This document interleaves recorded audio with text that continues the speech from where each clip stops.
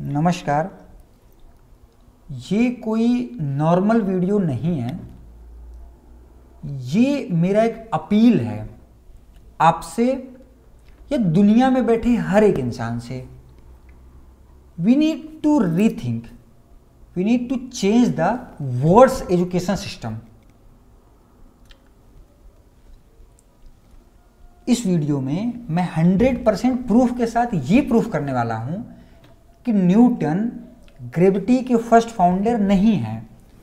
Newton से पहले भी किसी ने ग्रेविटी की खोज की थी। ये मैं बहुत बड़ा क्लेम कर रहा हूं कि न्यूटन को जो टाइटल दिया गया है फादर ऑफ ग्रेविटी, वो टाइटल किसी और के पास होना चाहिए। देखिए, ये मेरा एक बहुत बड़ा क्लेम है। इससे रिलेटेड इस वीडियो में मैं जितनी बातें करूंगा उसके लिए मैंने ऑलरेडी एक रिसर्च पेपर बनाया है जो कि 24-25 पेज का आई थिंक होना चाहिए। वो रिसर्च पेपर मैंने काफ़ी सारे लोगों को भेजा है, जैसे गवर्नमेंट बॉडीज़ हो गए, हायर अथॉरिटीज़ के लोग हो गए, काफ़ी सारे साइंटिस्टों को मैंने भेजा है, हिस्टोरियंस को मैंने भेजा है, काफ़ी सारी न्यूज़ मीडिया को मैंने सेंड कर दिया है, या फिर काफ़ी सारे लोगों को मैं सेंड करूँगा भी, यूनिवर्सिटीज़, कॉलेज, ऑर्गेनाइजेशंस, है ना। तो दुनिया में बैठे जितने भी हायर अथॉरिटीज़ के लोग हैं, जहाँ तक मेरा रीच हो सकता था, जितने लोगों के मेल आईडीज़ मुझे मिल सके, कॉन्टेक्ट्स मुझे मिल सके, मैंने उन सारे लोगों को रीच करने की कोशिश की है या फिर मैं रीच करूँगा। ठीक है, वो रिसर्च पेपर मैं उनको सेंड करूँगा। और मैं आपसे एक रिक्वेस्ट करूँगा कि ये वीडियो देखने के बाद अगर मेरे पॉइंट्स आपको वैलिड लग रहे हैं, जितने रिसर्च मैंने इसमें की है, अगर वो रिसर्च आपको ऑथेंटिक लग रहा है, तो प्लीज़ इस वीडियो को भी और लोगों को शेयर करें, जितना हो सकता है आपसे शेयर करें, ताकि ये वीडियो सिर्फ एक वीडियो ही बन के ना रह जाए, इससे सच में कोई इम्पैक्ट आए। देखिए, मैं एकदम न्यूट्रल माइंडसेट से बात कर रहा हूँ, मैं बायस्ड बिल्कुल भी नहीं हूँ। मैं तो इस वीडियो में काफ़ी सारे फॉल्स क्लेम को भी रिपोर्ट करने वाला हूँ। बहुत सारे लोगों ने इसमें फॉल्स क्लेम भी किया है, इस वजह से काफ़ी सारे लोगों को प्रॉब्लम भी हुआ है।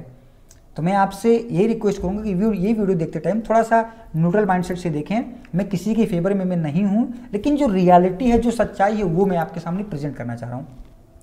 ये वीडियो 100% रियल और 100% ऑथेंटिक है। एक भी वर्ड, एक भी शब्द मैंने अपना इसमें एक्स्ट्रा इंक्लूड नहीं किया है। जितनी भी बातें मैं इस वीडियो में करूंगा वो सारे आपको पब्लिक डोमेन में मिल जाएंगी और मैं आपको दिखाने वाला हूं। अगर आप ध्यान से देखेंगे ये वीडियो, अगर आप ध्यान से देखेंगे तो यहाँ पे देखिए, ये मैं स्क्रीन रिकॉर्डिंग आपको दिखा रहा हूं। मैं इस वीडियो को एडिट नहीं करने वाला हूं। जो भी आपको दिखाऊंगा, आपको सब कुछ सामने दिखाऊंगा, एक एक चीज़ों को दिखाऊंगा, ताकि आपको भी सच्चाई और रियलिटी पता चल सके। क्लियर है? हाँ, हो सकता है कि इससे रिलेटेड वीडियो आपने पहले कभी देखा हो, काफ़ी सारे लोगों ने इस पर क्लेम किया हुआ है, लेकिन मुझे कहते हुए ना काफ़ी दुख हो रहा है कि जितने भी लोगों ने आज तक क्लेम किया है, वो सारे लोगों ने फॉल्स क्लेम किया है। काफ़ी सारे लोगों ने फॉल्स क्लेम किया है कि कोई इंडियन एस्ट्रोनॉमर हैं जिन्होंने न्यूटन से पहले ग्रेविटी की खोज की है, और उस फॉल्स क्लेम के चक्कर में कहीं ना कहीं रियल क्लेम को दबा दिया जाता है। मान लीजिए 100 लोग अगर किसी गलत चीज़ को बोल रहे हैं, तो 101वां जो इंसान होगा वो सही चीज़ को ही बोलेगा, तब भी लोगों को लगेगा कि वो इंसान गलत बोल रहा है। इस वजह से इस वीडियो में मैं फॉल्स क्लेम को भी आपके सामने रखने वाला हूं, बताने वाला हूं कि जो लोगों ने फॉल्स क्लेम किया है वो क्या है, क्यों फॉल्स है। देखिए, ये वीडियो में ना मैं टोटली 3 पार्ट्स में डिवाइड करने वाला हूं, मतलब 3 सेक्शन होंगे इसी वीडियो में होंगे। थोड़ा सा वीडियो लंबा हो सकता है, इसके लिए सॉरी। पहला सेक्शन होगा जिसमें मैं फॉल्स क्लेम को रिपोर्ट करने वाला हूँ। दूसरा सेक्शन होगा जिसमें मैं रियल क्लेम को आपके सामने दिखाने वाला हूँ, सॉरी। तीसरा सेक्शन होगा जहाँ पे मैं आपके सामने कुछ साइंटिफिक एविडेंसेस या फिर फिलोसफिकल आर्गूमेंट्स या फिर बोलो फिलोसफिकल लॉजिक्स को प्रूफ करने वाला हूँ, लॉजिक्स देने वाला हूँ, जिससे मैं कुछ जो एक सबसे बड़ा जो सवाल होता है ना, उसको मैं प्रूफ करने वाला हूँ। जैसे देखिए, ये वीडियो देखते टाइम में, या आपने भी कहीं इंटरनेट पे देखा होगा, तो आपके दिमाग में जनरली 2 सवाल आते होंगे। पहला सवाल तो ये कि न्यूटन से पहले किसने ग्रेविटी की खोज की थी।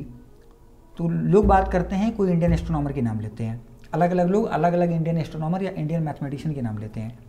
फिर दूसरा सवाल ये आता है कि जितने भी इंडियन एस्ट्रोनॉमर ने न्यूटन से पहले खोज की है ग्रेविटी की, उनमें से किसी ने भी साइंटिफिक एविडेंस या फिर मैथमेटिकल कैलकुलेशन नहीं दिया है। सारे लोगों ने सिर्फ और सिर्फ थ्योरी दी है। तो सबसे बड़ा सवाल ये आता है कि थ्योरी देने वाले को फादर ऑफ ग्रेविटी का टाइटल देना चाहिए, फादर ऑफ सब्जेक्ट का टाइटल देना चाहिए, तो ये होता है नहीं, है ना।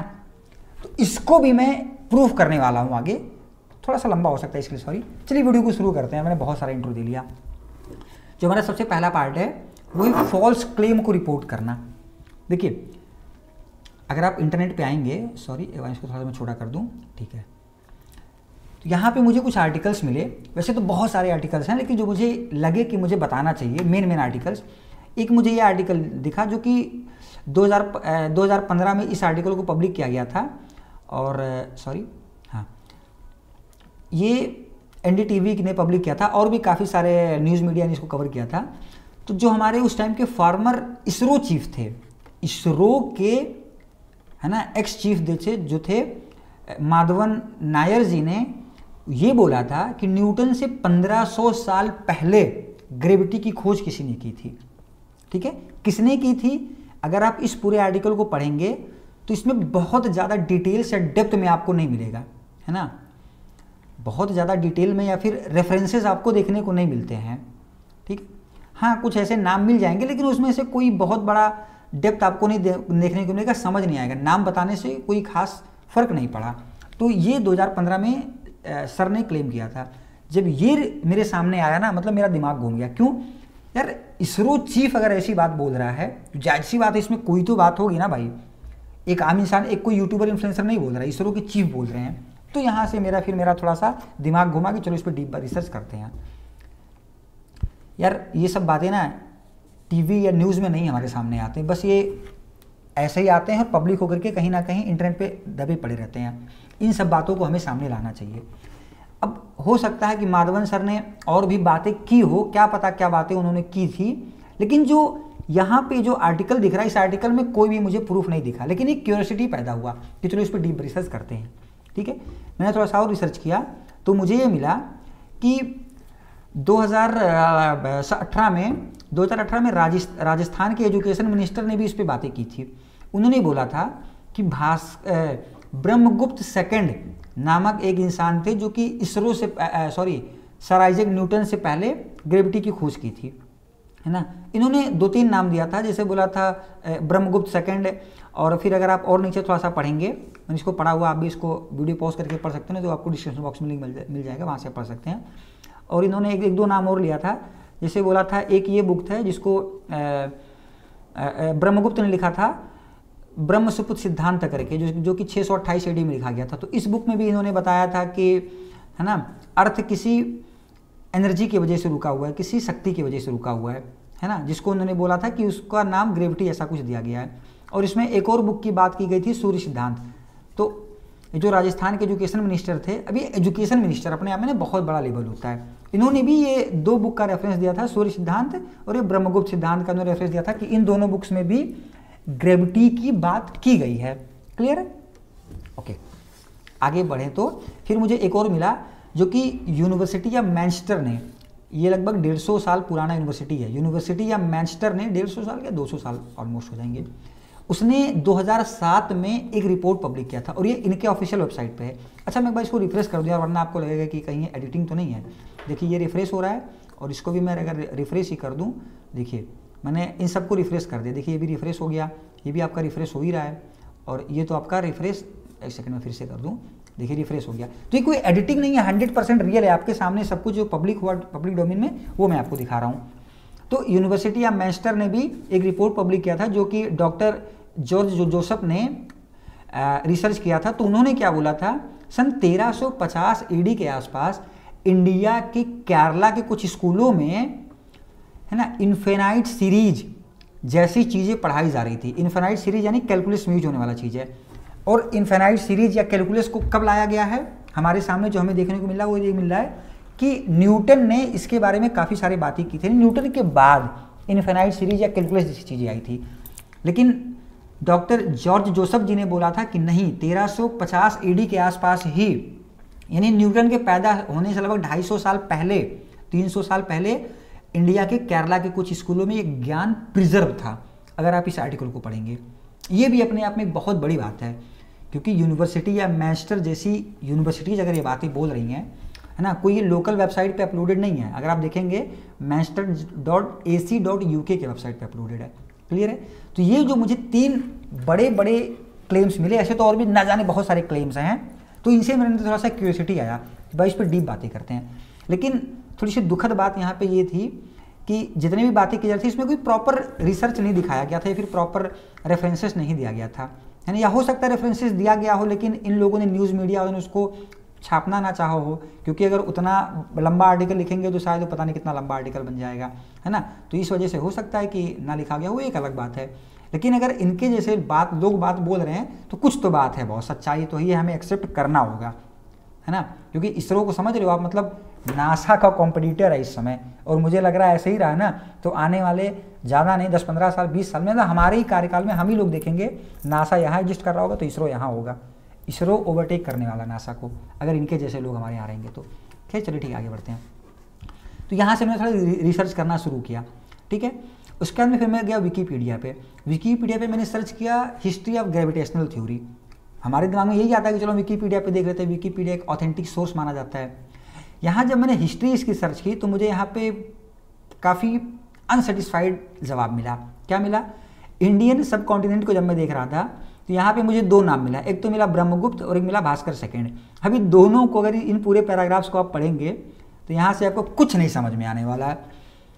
ब्रह्मगुप्त ने कौन सी बुक लिखी, क्या बताया, कुछ नहीं समझ में आ रहा है ना। भास्कर सेकंड ने लिखा हुआ है कि सूर्य सिद्धांत शिरोमणि नाम का एक किताब लिखा हुआ था, गोलाध्याय चैप्टर में, है ना, कुछ बातें की जा रही हैं अर्थ के बारे में, ग्रेविटी के बारे में, लेकिन क्या बातें हो रही हैं, कैसी बातें हो रही हैं, श्लोक कौन सा है, कोई जानकारी नहीं मिला। अब आप सोचो, या अगर आप इंटरनेट पे जाकर के अगर आप ये सर्च करोगे ना, father of gravity, first founder of gravity, हर जगह पे आपको न्यूटन का ही नाम दिखेगा। यहाँ पे भी आपको सबसे पहला नाम किसका दिखेगा? तो न्यूटन का ही नाम आपको दिखेगा, है ना। सर आइजैक न्यूटन की ही बात की जा रही होगी। अब सोचो यार, इंटरनेट पे, मतलब हम गूगल को इंटरनेट मतलब इंटरनेट पे हम क्या करते हैं, हम गूगल पे आकर के सर्च करते हैं, विकीपीडिया पे पढ़ लेते हैं, यूट्यूब पे आकर के पढ़ लेते हैं, है ना, वहाँ पे वीडियोस देख लेते हैं, और इन सारी जगहों पे हमें ऑथेंटिक जानकारी नहीं मिल रहा है। मैं ये बोलना चाह रहा हूँ कि अगर आपको सच में ऑथेंटिक जानकारी लेना होगा ना तो आपको कॉम्बिनेशंस मिलाना होगा, एक जगह एक सोर्स पे आपको निर्भर नहीं होना चाहिए, ठीक है। यहाँ पे आपने देखा ना, यहाँ पे भी हमें कोई जानकारी नहीं मिल रहा है, जबकि इससे पहले लोग बोल चुके हैं, लेकिन फिर भी विकीपीडिया में कोई इन्फॉर्मेशन नहीं मिला। मैं आया यूट्यूब पे मुझे एक वीडियो मिला, वैसे तो खैर काफ़ी सारे लोगों ने क्लेम किया है, लेकिन जो मुझे सबसे सॉलिड लगा थोड़ा सा आपके सामने लाने के लिए, वो मुझे लगा फैक्ट वाई ने बोला हुआ। फैक्ट वाई करके एक हैं गौरव ठाकुर करके, बहुत अच्छे यूट्यूबर हैं, साइंस और टेक्नोलॉजी की बातें करते हैं, उनके काफ़ी सारे चैनल्स हैं। तो उन्होंने अपने इस वीडियो में अगर आप देखेंगे तो 14.35 के बाद में इन्होंने ग्रेविटी के बारे में बात की हुई है। मैं थोड़ा वीडियो प्ले कर दूँ, क्या पता साउंड जा रहा है कि नहीं जा रहा है, शायद साउंड नहीं जा रहा होगा क्योंकि मैंने वो लगाया हुआ ना, उसको क्या बोलते हैं, माइक, तो साउंड नहीं जा रहा होगा। बट आप इस वीडियो को देख लीजिएगा, मैं आपको डिस्क्रिप्शन बॉक्स में सारा लिंक लगा दूंगा। तो इन्होंने भी इस बुक में अपनी वीडियो में बात किया हुआ है। तो इन्होंने जो अपनी वीडियो में बात किया हुआ है, जिस बुक की इन्होंने रेफरेंस लिया है, सूर्य सिद्धांत, वही सूर्य सिद्धांत जो कि यहाँ पे अपना ये राजस्थान के एजुकेशन मिनिस्टर ने बात किया था, या फिर अपना इसरो चीफ ने बात किया था, ठीक है। तो ये जो गौरव ठाकुर सर ने, इन्होंने भी बात की थी सूर्य सिद्धांत का, और इन्होंने जो श्लोक लिया था वो ये श्लोक लिया था, मध्य समानता दश्चित्त करके है, भूगोल है ना। तो ये मुझे देखिए, मुझे प्रॉपर संस्कृत तो नहीं आती है, मैं भी संस्कृत सीख रहा हूँ, और मैं आपको भी रिक्वेस्ट करूँगा कि आप संस्कृत सीखिए, बहुत अच्छा, मतलब बहुत अच्छी चीज़ है संस्कृत। चलिए ठीक है। तो ये इन्होंने जो रेफरेंस लिया था, इस रेफरेंस में ये बताया गया था कि हाँ, यहाँ में इसमें ग्रेविटी की बातें की जा रही है। लेकिन अगर इस रेफरेंस जो ये श्लोक है, इस श्लोक को अगर आप इंग्लिश में ट्रांसलेट करेंगे तो देखिए, इस श्लोक को इन्होंने भी यहाँ पे इंग्लिश में ट्रांसलेट करके दिखाया हुआ है, इसमें कहीं पे भी ऐसा कोई ग्रेविटी की बहुत डीप बातें नहीं की जा रही हैं। मैंने इसमें थोड़ा सा और रिसर्च करने की कोशिश की, तो यहाँ पे मुझे सूर्य सिद्धांत वाला बुक मिला, और वही सेम अगर मैं बताऊँ, देखिए मैं इस पेज को रिफ्रेश कर दूँ, ये archive.org की वेबसाइट पर मुझे मिला। अगर आप इसमें देखेंगे तो पेज नंबर 320 में अगर आएंगे, बुक के हिसाब से पेज नंबर है 298, बट इसके हिसाब से 320 पेज नंबर है, क्योंकि आगे पीछे थोड़ा सा ब्लैंक रहता है। यहाँ पे देखेंगे तो यही वाले सेम जो ये मध्य करके है ना, इसी सेम श्लोक की बात की जा रही है, श्लोक नंबर 32, ठीक है। वही चीज़ें वीडियो में बता रहे हैं और वही चीज़ें ऊपर के मतलब ये लोगों ने भी उसी बारे में बात की थी। लेकिन यहाँ पे भी इसको अगर आप अच्छे से पढ़ेंगे तो यहाँ पे भी कोई ग्रेविटी के बारे में कोई बहुत गहरी बात नहीं मिल रहा है, अच्छी बात है। फिर मैं थोड़ा और रिसर्च किया तो सूर्य सिद्धांत मुझे indianculture.gov.in की वेबसाइट में मिला। ये एक समझने वाली बात है, इस वेबसाइट में ये अपने आप में एक देखिए ये गवर्नमेंटेड वेबसाइट है, indianculture.gov.in, ये गवर्नमेंटेड वेबसाइट है।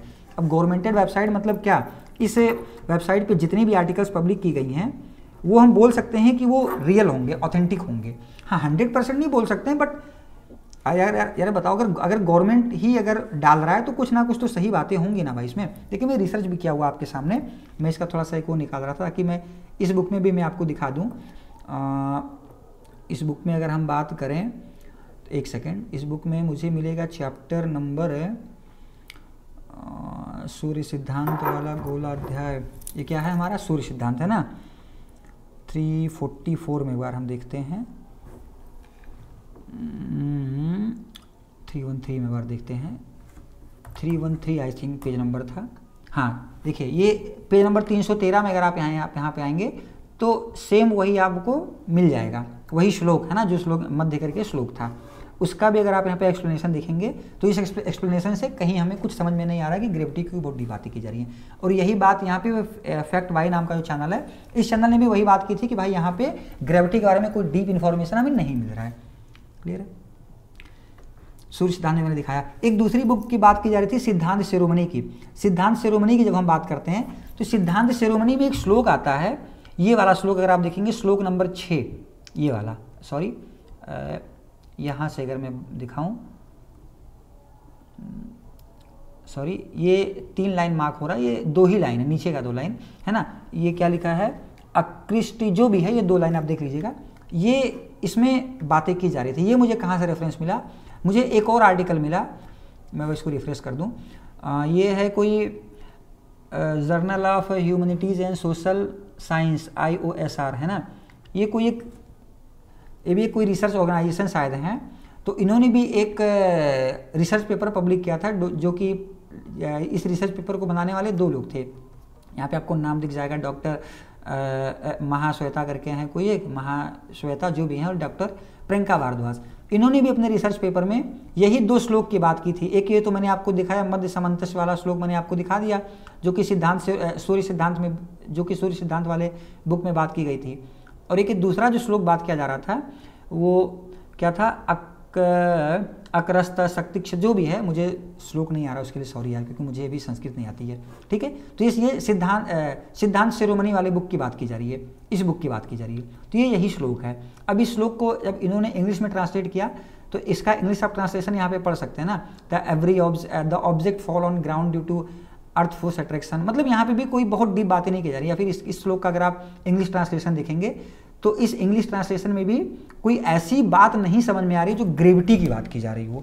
क्लियर है, और इसी 2 श्लोक के ऊपर पूरी इंटरनेट पे बवाल मचा हुआ है ना। हाँ एक तीसरा क्लेम और किया जाता है, जिस बुक का नाम है ब्रह्म सुपुत्र सिद्धांत, जैसे यहाँ पे मैंने दिखा था ना, ब्रह्म सुपुत्र सिद्धांत नाम के बुक का जो क्लेम किया जाता है, इसमें बोला जाता है कि यहाँ पे गुरुत्व आकर्षक नामक शब्द का यूज किया गया है। लेकिन उस बुक का मुझे कोई प्रॉपर रेफरेंस नहीं मिला, मुझे कोई ऑथेंटिक बुक नहीं मिली, ऑथेंटिक वेबसाइट पे नहीं मिला, वैसे तो काफ़ी सारे पोर्टल पे मिला, तो उसमें भी कोई खास बातें नहीं मुझे दिखी, इस वजह से मैंने यहाँ पे आपके सामने नहीं लगाया, ठीक है। तो अब देखिए प्रॉब्लम क्या है ना, जब ये 2 श्लोक पे ऐसे रिसर्च पेपर आते हैं और मान लीजिए कोई एजुकेशन मिनिस्टर जैसे लोग जब बोलते हैं तो आम पब्लिक को क्या लगता है कि यार इन दोनों श्लोक में तो ऐसा कोई डीप बात है ही नहीं, फिर भी आप इसको बोल रहे हो कि न्यूटन के कंपैरिजन में इसको लाते हो, है ना। तो यहाँ से थोड़ा प्रॉब्लम क्रिएट होता है, फिर लोगों को लगता है नहीं ये फॉल्स क्लेम है, फेक क्लेम है, बेसलेस क्लेम है। इस वजह से क्या होता है, फिर लोगों का परसेप्शन बदल जाता है, फिर लोगों को लगता है कि नहीं ये लोग बस इंडियन एस्ट्रोनॉमर को ऊंचा दिखाने की कोशिश कर रहे हैं, जबकि एक आम इंसान को भी समझ में आएगा अगर इसका इंग्लिश ट्रांसलेशन आप पढ़ेंगे या फिर वर्ड टू वर्ड ट्रांसलेशन भी अगर आप देखेंगे, ये जो यूट्यूबर हैं इन्होंने word to word English translation भी इसका किया था। देखिए इन्होंने वर्ड टू वर्ड ट्रांसलेशन भी इसका इंग्लिश में किया हुआ था, जिससे कहीं साबित नहीं हो रहा कि ग्रेविटी की कोई डीप बातें की जा रही है। ठीक है। तो ये तो था हमारे सामने फॉल्स क्लेम, इस वजह से इंटरनेट पे बवाल मचा था, जिससे आपने भी अगर कहीं देखा होगा तो उसके लिए सॉरी क्या, बट हाँ थोड़ा सा दुखद बात है, लेकिन क्यूरियोसिटी तो पैदा कर रही है कि अगर इसरो के चीफ जैसे लोग बात करें तो कुछ तो बातें होंगी। फिर अब जब मैंने और डीप रिसर्च किया तब मेरे सामने कुछ तथ्य सामने आए। क्या आए वो देखिए, मेरे सामने एक रिसर्च पेपर सामने आता है, पहले मैं इसको रिफ्रेश कर दूं। American journal of engineering research करके एक संस्था है, देखिए मैं इसको रिफ्रेश भी कर दिया, आपके सामने रिफ्रेश हुआ। American journal of engineering research, ये पेपर 2020 में पब्लिक हुआ था। मिस्टर अरविंदन करके कोई हैं, सेकेंड ईयर के स्टूडेंट हैं, वीआईटी वेल्लोर के हैं, तमिलनाडु के, इन्होंने ये रिसर्च पेपर पब्लिक किया था, ठीक है। और इसको एक्सेप्टेंस भी मिला हुआ है, डेट ऑफ एक्सेप्टेंस आप देख सकते हैं। इस रिसर्च पेपर में मुझे कुछ अच्छी बातें जानने को मिली। क्या मिली कि देखिए यहाँ पे अगर आप इनके अगर शुरुआत में ही पढ़ेंगे तो यहाँ पे इन्होंने लिखा हुआ है कि इन्होंने लिखा हुआ है कि ग्रेविटी की बात की है ऋषि कणक जी ने। न्यूटन से कई सौ सालों पहले ऋषि कणक ने ग्रेविटी की बात की है। और ऋषि कणक का एक बुक है जिसका नाम है, अगर मैं नीचे आपको दिखाऊं, यहीं पे इन्होंने लिखा होगा, कहाँ लिखा है वैसे तो मैं आपको एक एक चीज़ दिखाना। हाँ देखिए, जिससे बात की जा रही है ऋषि कणक सूत्र ना, ऋषि कणक ने अपने किताब वैशेषिक सूत्र में लिखा हुआ है। अगर इस पूरी रिसर्च पेपर को आप पढ़ लीजिएगा आपको काफ़ी सारी चीज़ें जानने को मिलेंगी। तो वैशेषिक सूत्र नामक किताब में ऋषि कणक जी ने कुछ बातें लिखी हैं जो कि न्यूटन के तीनों लॉज के बराबर हैं, लगभग न्यूटन के लॉज से मैच खाती हैं। लेकिन इस रिसर्च पेपर को बस रिसर्च पेपर तक ही सीमित रखा गया। क्यों, मैं भी आगे आपको बता रहा हूँ।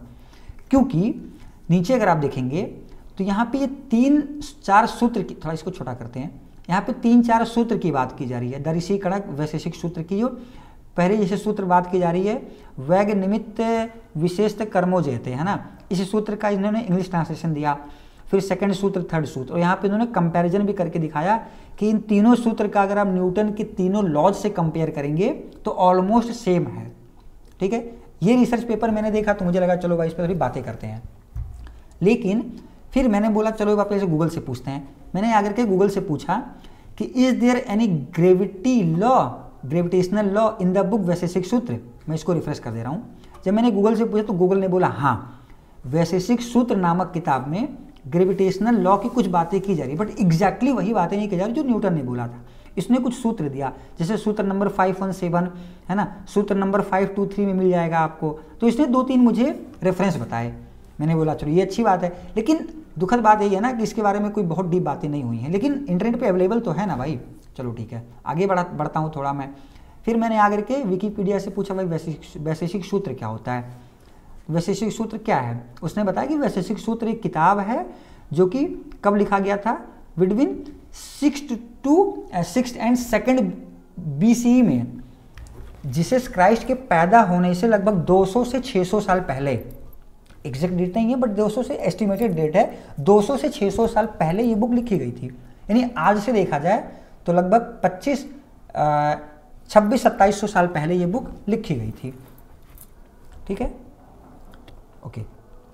जब मैं थोड़ा और इसके बारे में देखा नीचे तो मुझे काफ़ी अच्छी चीज़ें जानने को मिली। जैसे इस बुक में टोटल 10 चैप्टर हैं, जिससे किसी में धर्म की बात की जा रही है, दूसरे चैप्टर में अर्थ, एयर, वाटर, फायर, स्पेस की बात की जा रही है, इसमें एटम्स की बात की जा रही है, बहुत सारी चीज़ों के बारे में बात की। देखिए यहाँ पे आत्मा, सोल के बारे में बात की जा रही है ना। तो ठीक है, मुझे ये बुक काफ़ी अच्छा लगा, इंटरेस्टिंग। मैंने बोला चलो इस पर थोड़ा और डीप रिसर्च कर सकते हैं। फिर मैं आकर के पूछा कि भाई ये कणक कौन है, ऋषि कणक। तो ऋषि कणक का नाम ऋषि कश्यप भी बोला जाता है। तो ऋषि कणक है, उनका भी अगर आप देखेंगे डेट ऑफ बर्थ तो ऑलमोस्ट वही निकल के आ रहा है, 2nd सेंचुरी से और 6th सेंचुरी और 2nd सेंचुरी के बीच में ही, 2nd BCE के बीच में, सेंचुरी नहीं BCE के बीच में, ठीक है। तो वही डेट निकल के आ रहा है जो वैशेषिक सूत्र जिस डेट में लिखा गया था। यानी लगभग ये कंफर्म हो रहा है कि हाँ, वैशेषिक सूत्र और ऋषि कणक ऑलमोस्ट एक ही टाइम पे आए थे, ठीक है। मैं भी इतने ही प्रूफ पे नहीं रुकने वाला हूँ, मैं अभी आपको आगे साइंटिफिक प्रूफ भी देने वाला हूँ, लेकिन मैं अपना एक पूरा प्रोसेस बता रहा हूँ। और मैं आपको भी यही बताऊंगा कि अगर आपको भी इंटरनेट से ऐसे इन्फॉर्मेशन निकालना ना तो पूरा एक स्टेप बाय स्टेप प्रोसेस में आपको जाना होगा। आपको सिर्फ एक क्लिक में सर्च करके नहीं देखना होगा, वरना आपको इंटरनेट से फिर आप असली रियल इन्फॉर्मेशन नहीं निकाल सकते, ऑथेंटिक इन्फॉर्मेशन हम नहीं निकाल सकते हैं, ठीक है। अब मैंने सोचा चलो ठीक है, इसको वैशेषिक सूत्र को थोड़ा सा सर्च करते हैं। तो वैशेषिक सूत्र जब मैंने सर्च किया तो मुझे एक वैशेषिक सूत्र का बुक मिला, वैशेषिक सूत्र ऑफ कणक। ये कोई omrizada.com करके कोई एक वेबसाइट है, इस पे मिला, ठीक है। ये इसको देवाशीष चक्रवर्ती नामक इंसान ने इस बुक को ट्रांसलेट किया था। मैं भी आपको आगे दिखा रहा हूँ, कोई इशू नहीं है, लेकिन आगे चलते हैं। मुझे इसका एक और कॉपी मिला, जो मुझे मिला indianculture.gov.in की वेबसाइट में। ये वेबसाइट अपने आप में गवर्नमेंटेड वेबसाइट, अपने आप में नहीं, मतलब गवर्नमेंटेड वेबसाइट ही है, indianculture.gov.in। किसी वेबसाइट के पीछे लास्ट में अगर आपको .gov.in अगर दिखे तो समझ जाना कि इंडियन वेबसाइट है।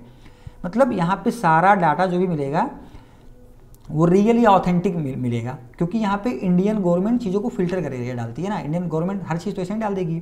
तो यहाँ पे ये जो मुझे बुक मिला वैशेषिक सूत्र, ये बुक को 2011 में, है ना, नंदलाल और सिन्हा दो लोगों ने मिलकर के इस बुक को ट्रांसलेट किया था, ठीक है। तो ये बुक मुझे यहाँ पे मिला। अब देखिए कहाँ गया ये वाला, इस रिसर्च पेपर में जो यहाँ पे बातें की गई थी, ये तीन सूत्र के बारे में, वैग निमित्त विशेष कर्ण जयंते, है ना, वैग निमित्त प्रक्षात जो भी है, वैग निमित्त प्रकाश कर्मो जयते जो भी है, तो ये 3 सूत्र के बारे में बातें की गई थी। प्रॉब्लम इस रिसर्च पेपर में ये था कि ये 3 सूत्र कहाँ से लाया गया है, इसका कोई रेफरेंस मुझे नहीं मिला। और इस सूत्र को जब मैंने इस बुक में पढ़ने की कोशिश किया तो मुझे इस बुक में कहीं नहीं दिखा कि वो सूत्र मुझे मिल जाए। बात को समझिए, शायद इस वजह से भी हो सकता है कि इस रिसर्च पेपर को बहुत ज़्यादा वैल्यू ना दिया गया हो, मे बी हो सकता है, मुझे नहीं पता कि क्यों इस रिसर्च पेपर को बहुत ज़्यादा वैल्यू नहीं दिया गया। हाँ, इस रिसर्च ऑर्गेनाइजेशन ने इसको एक्सेप्ट तो किया, लेकिन इसको शायद पॉपुलर नहीं बनाया गया, या फिर हो सकता है बाकी जैसे ये सारे आर्टिकल्स आए इसी के जैसे इसको भी बस एक आर्टिकल की तरह ही देखा गया, ठीक है। लेकिन अब जब मेरे अंदर थोड़ा क्यूरियोसिटी आई तो मैंने थोड़ा इंटरनेट का इस्तेमाल किया, फिर एआई का थोड़ा सा यूज करके और इस बुक को काफ़ी डीप में समझने की कोशिश किया। तो मुझे इसमें 3-4 बहुत अच्छे सूत्र मिले। वो सूत्र कौन से हैं मैं आपको बताऊं। तो जो मुझे पहला सूत्र मिला इस नंदलाल सिन्हा वाले बुक में, यानी नंदलाल सिन्हा और फिर ये जो दोनों बुक है, ये दोनों बुक सेम है, बस दोनों में ट्रांसलेशन थोड़ा सा अलग अलग है। मैं आपको बता रहा हूँ, देखिए मैं आपको ऐसा कर रहा हूँ, मैं आपको पहले ये दिखा दूँ। देखिए ये एक रिसर्च पेपर है जो मैंने भी तैयार किया है, जो मैंने बोला ना कि मैंने रिसर्च पेपर बना करके मैं काफ़ी सारे ऑर्गेनाइजेशन को, गवर्नमेंट आइडेंटिटीज़ को मैंने भेजा हुआ है इसको। तो ये रिसर्च पेपर मैंने बनाया हुआ है, एक बार इसको आप ज़रूर पढ़ लेना। देखिए इस रिसर्च पेपर में मैंने यहाँ पे बातें भी की है, प्रॉपर कंपैरेटिव एनालिसिस कणक सूत्र वर्सेस न्यूटन्स लॉ, ठीक है। अब यहाँ पे मैंने बात किया हुआ कि कणक सूत्र कौन सा, 517 में अगर आप जा करके देखेंगे सूत्र नंबर 517 है ना, ये नंदलाल सिन्हा वाला 1911 में ट्रांसलेशन वाला। तो 517 में अगर आप जा करके देखते हैं पेज नंबर 208 में आपको ये मिलेगा, ठीक है। चलिए हम चलते हैं पेज नंबर 208 में चलते हैं, 208, हाँ पेज नंबर 208 में है ना। देखिए ठीक है, अब ये पेज नंबर 208 में जब मैंने यहाँ पे देखा, पेज नंबर 208 में 517 सूत्र नंबर यानी चैप्टर 5, यहाँ पे मैंने लिखा भी, डिटेल में लिखा होगा। देखिए वैशेषिक सूत्र का बुक 5 यानी इस बुक के टोटल 10 कॉपीज हैं, तो यानी बुक 5 चैप्टर 1 5 और चैप्टर 1 और ये सूत्र नंबर 7, ठीक है। सिन्हा 1911 यानी 1911 वाला ट्रांसलेशन है, और ये पेज नंबर 208 सेम यही सूत्र मुझे मिला। यहीं से मैंने फिर इसका स्क्रीनशॉट लेकर के मैंने यहाँ पे अपने रिसर्च पेपर में लगाया हुआ है। अब इस सूत्र को अगर आप पढ़ेंगे, चाहे यहाँ पढ़ें या फिर आप यहाँ पढ़ें। अच्छा चलिए मैं एक बार इसको इसमें भी दिखा दे रहा हूँ। 517 में एक बार इसको ऐसे अगर स्क्रॉल करूँ तो इसका तो मैंने वो नहीं लिखा हुआ है, एक सेकेंड कि चलिए ठीक है, इसको यहीं से देख लेते हैं। 517 ना, तो ऐसे का ये देखिए अभी यहाँ पे सेकंड चल रहा है, तो 5 में हम चलते हैं। एक बार मैं यहाँ पे भी आपको दिखा दूँ ताकि आपको कंफर्म हो जाए कि यहाँ दोनों बुक में सेम ही है। 9th चैप्टर पे हम चले गए, 7th 5 और 1, 5 के बाद 1, एक सेकेंड 5 और 1 उसके बाद में 7, तो 4 5 6 7, हाँ ये देखिए, सॉरी इसको थोड़ा सा बड़ा करते हैं, 5, 1 और ये 7 है ना, यही है क्या है, समयोग भव्य गुरुत्व प्रतनाम, जो भी लिखा है, मतलब मुझे संस्कृत नहीं आ रही है बट अगर आप इसका इंग्लिश ट्रांसलेशन देखेंगे तो क्या लिखा है, in the non presence of contact fall due to its heaviness. ठीक है, यही सूत्र यहाँ पे भी लिखा हुआ है, देखिए है ना, और यहाँ पे ट्रांसलेशन क्या लिखा है, इन द एब्सेंस ऑफ, अगर आप इसको थोड़ा सा और बड़ा करेंगे, देखिए अगर इसको आपको अगर ऐसे देखना ना, फुल कॉपी में देखना, तो यहाँ पे आप देख सकते हैं क्या था, 208 पेज नंबर में, यहाँ पे दिखा दूँ आपको, देखिए 208 पेज नंबर में अगर आप देखेंगे तो यही चीज़ें यहाँ पे आपको दिख जाएंगी। और ये इस बुक को आपको फुल कैसे करना है, सिंपली यहाँ पे लिखा है ना ओपन फ्लिप पार्ट 1, मतलब इसको आप क्लिक करेंगे तो ये बुक पूरा ऐसे फुल पेज में ओपन हो जाएगा, तो यहाँ से भी आप पढ़ सकते हैं। क्या लिखा है, in the absence of conjunction falling from gravity. अब आप बोलेंगे कि यार दोनों में तो इंग्लिश ट्रांसलेशन अलग अलग लिखा है, इंग्लिश ट्रांसलेशन अलग लिखा है लेकिन दोनों का मतलब एक निकल रहा है अगर आप इसको इंग्लिश में ट्रांसलेट करेंगे तो। और ये जो वैशेषिक सूत्र है इसको ट्रांसलेट किया था देवशीष चक्रवर्ती नामक किसी इंसान ने, और ये जो वैशेषिक सूत्र वाला बुक है इसको ट्रांसलेट किया था सिन्हा जी ने, है ना, नंदलाल सिन्हा 1911 में। और ये बुक काफ़ी ज़्यादा फेमस है, क्यों, अभी आपको आगे समझ में आएगा। अब देखिए इसी चीज़ को लेकर के जब मैंने अपने आप से मतलब मैं इंटरनेट का यूज़ करके, एआई का यूज़ कर करके, या फिर मैंने अपने कुछ फ्रेंड सर्कल में लोगों को ये भेज कर करके जब मैंने उससे ट्रांसलेट करवाने की कोशिश की, तो मैंने यहाँ पे वर्ड टू वर्ड ट्रांसलेशन भी किया हुआ, अगर आप देखेंगे तो। जैसे समयोगा, समयोग मतलब होता है कॉन्जिक्यूशन या फिर कॉन्टैक्ट, है ना, अभे अभावे जो भी है, इन द एब्सेंस ऑफ, गुरुत्व यानी ड्यू टू ग्रेविटी या फिर हैवीनेस, या फिर पतनाम मतलब फॉलिंग। इसका मतलब क्या हो रहा है, ये चीज़ें लिखी हुई है, क्लियर है। यहाँ पे अगर देखेंगे तो ये इसका पूरा एक डिटेल एक्सप्लेनेशन है, यहाँ से लेकर के पूरा यहाँ, इसको मैं थोड़ा सा अगर बड़ा भी करके आपको दिखा दूँ, देखिए यहाँ पे पूरा डिटेल एक्सप्लेनेशन आपको दिख रहा होगा, इसको आप पॉज करके पढ़ सकते हैं, नहीं तो आपको नीचे डिस्क्रिप्शन बॉक्स में लिंक मिल जाएगा, पढ़ लीजिएगा, क्लियर है। सेम ये चीज़ें मैंने यहाँ पे लिखी है। अब इसका डिटेल एक्सप्लेनेशन मैंने भी लिखा हुआ है, ठीक है, और इसका कंपैरिजन भी मैंने यहाँ पे लिखा। अगर आप इसको कंपेयर करेंगे, जो न्यूटन का यूनिवर्सल लॉ ऑफ ग्रेविटी था ना, F=G m1/m2/r², जो था हमने बचपन में पढ़ा हुआ था ना क्लास 6, 7, 8 में, इससे लगभग ये 50% मैच कर रहा है। बस फर्क इतना है कि न्यूटन ने इसको फॉर्मूले के तौर में प्रेजेंट कर दिया है, एक मैथमेटिकल या फिर एक कैलकुलेशन के फॉर्म में, एक साइंटिफिक प्रूफ के फॉर्म में प्रेजेंट किया। यहाँ पे क्या दिखाया गया था, यहाँ पे थ्योरेटिकल वाली चीज़ें की बात की गई थी, ठीक है। आगे बढ़ते हैं, देखिए अभी आप एक एक चीज़ों को देखते चलिए, फिर हम लास्ट में जब इसको ऐड करेंगे ना, जोड़ेंगे, तब आपको समझ में आएगा, तब आप बोलोगे कि क्या बात हो रही है। सूत्र नंबर 518 में अगर हम देखें, उसी 208 वाले पेज में है, 517 हो गया, 518 ये नीचे रहा, है ना ये,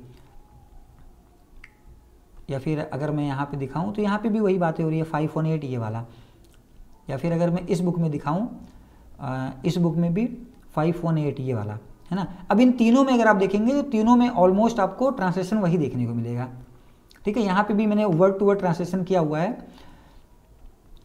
इसे नोदान मतलब इम्पल्स या फिर फोर्स, विशेष यानी स्पेसिफिक या फिर पर्टिकुलर, हाँ, अभावत यानी ड्यू टू एब्सेंस ऑफ। अब इसको जब मैंने पूरा एक वो लिखा तो इस सेंटेंस में क्या बना, इन the absence of a specific force upward motion does not occur nor sideways nor any motion. यानी इसका मतलब ये हुआ कि अब इसको मतलब डिटेल में यहाँ पे वैसे भी आप इसको पढ़ सकते हैं, इतना लंबा, बहुत लंबा वीडियो बन जाएगा यार। तो इसके बाद में एक मुझे तीसरा सूत्र और मिला 517 में, ठीक है, जिसका मैंने यहाँ पे वो लगा दिया है, और एक मुझे चौथा सूत्र मिला 114 में, ठीक है। अगर आप इस बुक में देखेंगे तो मिल जाएगा, मैं आपको एक एक करके नहीं दिखाऊंगा, जो कि है कार्य विरोधी कर्म करके, इस सूत्र का नाम लिखा गया कार्य विरोधी कर्म, यानी action is opposed bye its effect. अब इसको जब मैंने वर्ड टू वर्ड ट्रांसलेशन किया तो वही निकल के आया, action is opposed by reaction, तो दोनों का मतलब ऑलमोस्ट एक ही हो रहा है। इसका भी डिटेल एक्सप्लेनेशन नीचे लिखा हुआ है। अब देखिए अगर आप न्यूटन के तीनों लॉज को देखेंगे, चाहे फर्स्ट लॉ हो गया, सेकेंड लॉ या थर्ड लॉ, जैसे यहाँ पे लिखा है कि फर्स्ट लॉ है ना, सेकेंड लॉ, थर्ड लॉ, और उसके बाद में ऋषि कणक के अगर आप मैंने 3 और टोटल मैंने 4 आपको नियम बताए हैं, इन चारों को अगर आप देखेंगे, मैंने यहाँ पे कंपैरेटिव कंपैरिजन भी करके दिखाया हुआ है टेबल बना करके, तब आपको यहाँ पे पिक्चर क्लियर होगा। अब देखिए यहाँ पे सारी चीज़ें आपको क्लियर हो जाएंगी। ग्रेविटी एज अ फोर्स, जैसे न्यूटन ने बोला था ना, यूनिवर्सल ग्रेविटेशन का जो फॉर्मूला दिया था न्यूटन ने, वही सेम चीज़ ऋषि कणक ने दिया था सूत्र नंबर 517 में, जो मैंने अभी आपको ऊपर दिखाया। जैसे लेकिन इसका जो एक्यूरेसी है वो ऑलमोस्ट 50% के आसपास मिल रहा है। न्यूटन के फॉर्मूला से इसका 50% एक्यूरेसी मैच कर रहा है। क्यों? क्योंकि डिटेल एक्सप्लेनेशन आपको यहाँ पे ऊपर मिल जाएगा, है ना, उतना डिटेल में हम नहीं जाते हैं, अभी वीडियो बहुत लंबा हो जाएगा। सेकंड जो मतलब जो न्यूटन का फर्स्ट फॉर्मूला था इनर्शिया वाला, है ना, जिसे बोला गया था कि रेस्ट और uniform motion unless acted upon, मतलब कहने का मतलब ये था कि कोई भी चीज़ तब तक रेस्ट मोशन में, तब तक रेस्ट या मोशन में रहेगा जब तक उसके ऊपर कोई एक्सटर्नल फोर्स नहीं लगेगा। जैसे मान लो मेरा फ़ोन है, अगर मैं इस फ़ोन को ऐसा रख दूं तो ये रखा रहेगा, या इस फ़ोन को अगर मैं फेंक दूं तो ये जाते रहेगा तब तक, जब तक इसके ऊपर कोई एक्सटर्नल फोर्स ना लगाया जाए। अगर मैं इसको फेंकूं तो इस पर एक्सटर्नल फोर्स लगेगा तब ये रुकेगा, अगर इस पर एक्सटर्नल फोर्स नहीं लगेगा तो ये नहीं रुकेगा, तब तक जाते रहेगा। या अगर कोई चीज़ रुका हुआ है तो तब तक नहीं मोशन में आएगा जब तक उसके ऊपर कोई एक्सटर्नल फोर्स नहीं रहेगा। मोटी मोटा आप ऐसे समझिए, ठीक है। यही चीज़ें कणक सूत्र में बात की गई है, 518 में, सूत्र नंबर 518 में बात की गई है, जो कि न्यूटन के इनर्शिया वाले लॉ से ऑलमोस्ट 70 to 80% मैच खा रहा है, ठीक है। न्यूटन का जो सेकंड लॉ है उससे कणक का सूत्र ऑलमोस्ट 50 to 60% मैच हो रहा है। और न्यूटन का जो थर्ड लॉ ऑफ मोशन था, जिसने हमने पढ़ा था ना, every action has an equal and opposite reaction, something ऐसा कुछ था, मतलब कि हर एक्शन का एक इक्वल एंड अपोजिट रिएक्शन होता है, जो न्यूटन का थर्ड लॉ था। उससे जो ये ऋषि कणक ने 114 सूत्र में जो लिखा था वो ऑलमोस्ट 80 to 90% मैच खा रहा है। और ये जो परसेंटेज मैंने निकाला, ये मैंने AI का यूज़ करके निकाला है कि ऑलमोस्ट कितना % मैच कर रहा है। और मेरी कहने की बात नहीं है, अगर आप इस बुक में जा करके एक एक को, जैसे मैंने यहाँ पर रेफरेंस दे दिया है, मैंने आपको सूत्र का वो भी दे दिया है कि आपको किस सूत्र में कहाँ पे मिल जाएगा, और खोजना कैसे मैंने आपको बता दिया है ना। यहाँ पे अगर आप इसको खोजेंगे तो यहाँ पे आपको खोजने का भी तरीका दिख जाएगा। जैसे मान लीजिए आपने यहाँ पे देखा 418 है, इसका मतलब क्या हुआ, यानी है ना, फोर्थ सेक्शन के 1 का 8 है। अगर आप ऊपर जाएंगे तो आपको फिर 3 मिलेगा, 2 मिलेगा। इस तरीके से आप इस बुक में रिसर्च कर सकते हैं, ठीक है ना, अगर आपको कहीं कुछ समझना है तो ये परसेंटेज वैसे भी आप निकाल सकते हैं कि न्यूटन के लॉ से और ऋषि कणक का जो सूत्र है उनमें कितनी सिमिलैरिटी देखने को मिलती हैं। आई होप यहाँ तक आपको समझ में आ गया। अब यहाँ पे सबसे बड़ा सवाल ये आता है कि ठीक है, ये सारी चीज़ें तो हमें समझ में आ रही हैं, लेकिन फिर बात आएगी ऑथेंटिसिटी वाली, कि हम कैसे मान लें कि भाई जो ये 1911 में ये बुक लिखा गया था, ये बुक ऑथेंटिक है या रियल है। यानी मैं तो एक तरफ बोल रहा हूँ कि ऋषि कणक ने 6th BC से 2nd BC के बीच में लिखा था, है ना, जीसस क्राइस्ट के पैदा होने से 400, 500, 600 साल पहले। और फिर मैं दूसरी तरफ बात कर रहा हूँ कि इस बुक को 1911 में ट्रांसलेट किया गया है। तो क्या दोनों बुक सेम है? क्योंकि देखिए लॉजिकली अगर देखा जाए तो लिखने का प्रचलन या फिर बुक किताबों का प्रचलन तो भी पिछले 200, 300, 400 सालों से, 500 सालों से हुआ। उससे पहले तो लिखने का कोई प्रचलन नहीं था। ये लोग कैसे लिखते थे? पत्तों पे लिखते थे, पत्थरों पे लिखते थे, है ना। तो यार आज से 2500, 2600 साल पहले कोई कैसे लिखा होगा इतनी बड़ी बुक को? तो वो लिखा गया था पत्तों पे, लीफ पे लिखा गया था, और उस पर डीप रिसर्च हुई है। बाद में ये तो 1911 में अभी जाकर के, आज के लगभग 150 साल पहले जाकर के इस बुक को ट्रांसलेट किया गया है इंग्लिश में, इंग्लिश या फिर और अन्य लैंग्वेज में। लेकिन ये मान कैसे लिया जाए कि ये वही ओरिजिनल बुक है, रियल बुक है? सबसे बड़ी बात यहाँ पे ये आती है। तो मैंने यहाँ पे आपके सामने एविडेंस दिए हैं, evidence of main source. Main source क्या है? वही वैशेषिक सूत्र, जैसे मैंने बोला, ट्रांसलेटेड बाई नंदलाल सिन्हा। ये जो बुक है इसका मैंने पूरा एविडेंस आपको दिया है। वैसे इसके और भी कई सारे कॉपीज आपको इंटरनेट पे मिल जाएंगे, बट जो मुझे सबसे ऑथेंटिक, सबसे ओरिजिनल लगा उसकी मैंने बात की है। और बाकी जो दूसरी बुक है वो तो न्यूटन वाली है, उसमें तो खैर उसमें एविडेंस देने की जरूरत ही नहीं है, ठीक है। मैंने यहाँ पे डेप्थ में लिखा है, इसको आप पढ़ सकते हैं। लेकिन मोटी मोटा अगर मैं समझाऊँ, पहला एविडेंस मैंने वैसे बोला है कि ये ऑफिशियल वेबसाइट पे होस्ट है। जाहिर सी बात है यार, इंडियन गवर्नमेंटेड वेबसाइट पे अगर ये बुक होस्ट है तो ये अपने आप में वैसे भी एक ये है ना बहुत बड़ी क्रेडिबिलिटी रखती है। और ये वेबसाइट मैंने चेक किया था तो ये ऑलमोस्ट 5.5 साल या 6 साल पुरानी ये वेबसाइट है, ठीक है। और इसमें ईयरली मैंने देखा था मंथली लगभग 4.5 लाख से 5 लाख विजिटर इस वेबसाइट पे आते हैं। ये वेबसाइट ओवरऑल ऑथेंटिक है, क्योंकि गवर्नमेंट वेबसाइट है, आप क्या समझो, ठीक है, मैंने यहाँ पे समझाया हुआ है कि ये ऑथेंटिक वेबसाइट है, ऑथेंटिक वेबसाइट पे अपलोडेड है। नंदलाल सिन्हा अपने आप में एक बहुत ही क्रेडिबल इंसान है, बहुत ही सम्माननीय इंसान है। उनके बारे में भी यहाँ पे कुछ बातें की गई हैं कि किसने कब कब क्या क्या बोला है, तो इन सब चीज़ों को आप पढ़ लेना। देखिए, इसको मैं उतना डिटेल में क्यों नहीं समझा रहा हूँ, क्योंकि मैंने रिसर्च पेपर में लिख दिया, समझाऊंगा तो बहुत लंबा हो जाएगा। और ये एविडेंस को जानना हमारे और आपके लिए ज़्यादा इंपॉर्टेंट नहीं है, जो रूल मेकर हैं उनके लिए ज़्यादा इंपॉर्टेंट है ना। बाकी आप इसको तो पढ़ ही सकते हो यहाँ पे पॉज कर करके, नहीं तो आपको नीचे डिस्क्रिप्शन बॉक्स में इसका लिंक भी मिल जाएगा, पढ़ लेना।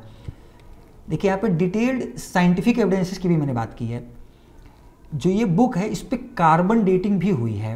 अब सोच के देखो यार, ऐसी बुक पे जिस पे कार्बन डेटिंग हो रही है, जो 100% प्रूफ भी किया जाता है कि हाँ ये बुक आज से 2400, 2500, 2600 साल पहले बुक लिखी गई थी, फिर भी बस वो कार्बन डेटिंग कर करके उसको कहीं साइड में रख दिया जाता है, उसकी कोई बात नहीं करता है।